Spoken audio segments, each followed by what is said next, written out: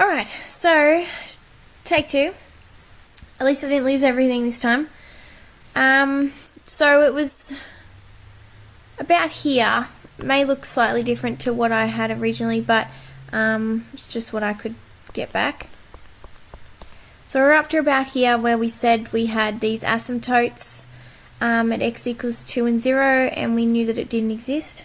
Then we started talking about, we know that there is an x-intercept when you take the log of 1. So we know that the log of 1 gives us an answer of 0. So now if we're looking at our value of the log of x squared minus 2x, well, we need to find out what values of x squared minus 2x give us an answer of 1. So we need to essentially find, when does x squared minus 2x equal 1? Because that's when we know we'll have x-intercepts. Okay, so then we solve this quadratic. And what do you know? You can't factorize. Don't try and sit there and work it out. Just plug it into your quadratic formula.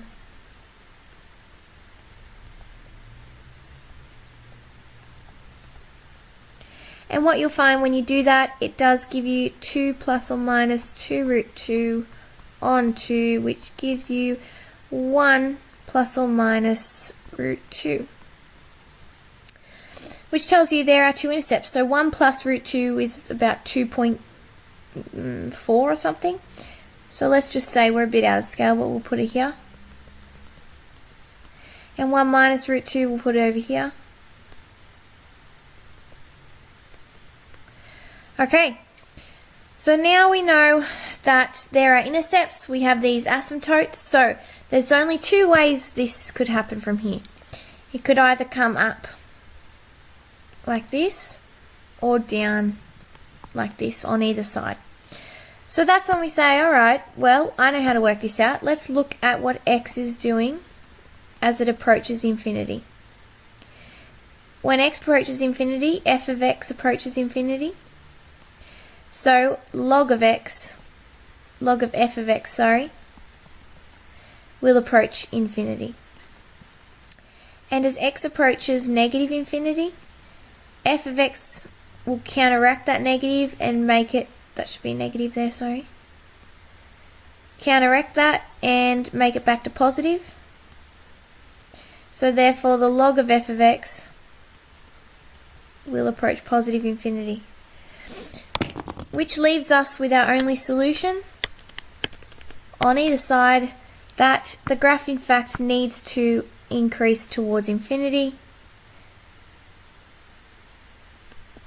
as well as go through those intercepts and approach those asymptotes. And there we have it. So let's look at what we just did, the steps that we just took, and then you can apply that to each question. So we did, okay, step 1, we said, okay, find asymptotes where f of x equals 0. Find regions where f of x is greater than 0. Now, one note here is that's the exact same thing as saying that your intercepts became asymptotes. And part 3, the last thing we did was solve f of x equal to 1 to find x-intercepts. Okay, so there's a nice little summary. Alright, y equals sine of x. You should know what this looks like. Oops. Alright, crossing through 0, pi and 2 pi. Okay, let's think about e to the sine of x. Well, e means it's crossing through at 1, unless there's an asymptote there. Okay, then we say, alright, crosses through at 1. We know that no negativeness applies here when we're talking about an exponential.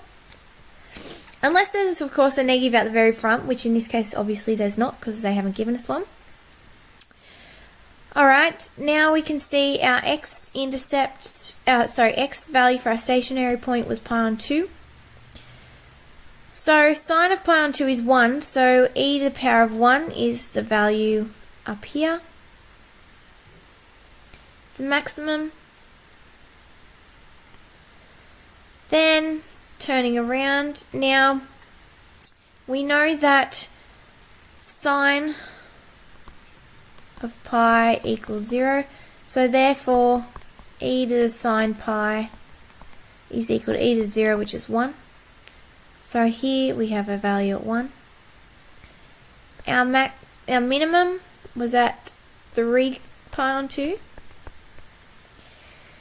And that gave us a value of e to the minus 1. Now e to the minus 1 is equal to 1 on e. And 1 on e is about just over half, which gives us a value here. Then 2 pi gives us a value of 1 again, or 0, but then e to the power 0 is 1. So our graph now would look like this. And they only want it between 0 and 2 pi, so that's it there. Okay, now let's think about our log graph. Well, our intercepts are our asymptotes. So we've got asymptotes at 0, pi, and 2 pi. Let's look at regions that don't exist. The region that doesn't exist is when the log of sine x is less than 0. That's when we know that it doesn't exist. So we can see that straight off the graph, that when is it less than 0, it's when it was down in here. So therefore all of this region is out. Okay, so then we say, okay, we've got a maximum at pi on 2. Now if I take sine of pi, the log of sine pi on 2, well, what do you know? Sine pi on 2 gives me an answer of 1, and the log of 1 equals 0. So I have a maximum on my x-intercept here, and then we have asymptotes that it's approaching. Once again, you can throw in a value just to predict any further differences on our graph, but we know that it has to eventually come down and approach the asymptotes. So while you have all of this in your mind right now, do your homework.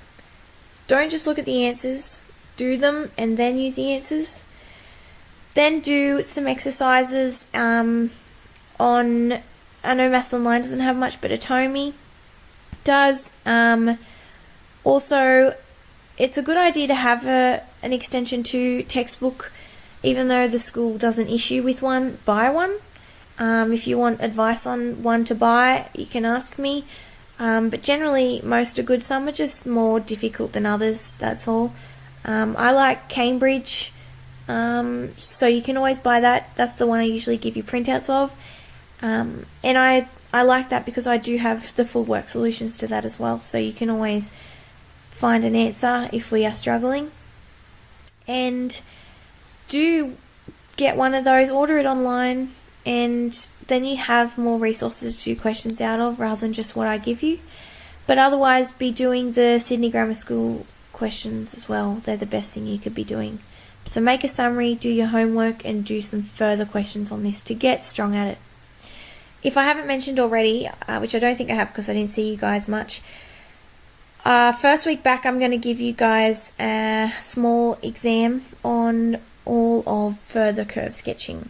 So there'll be 4 or 5 more videos like this to come throughout the holidays, hopefully around 30 minutes each.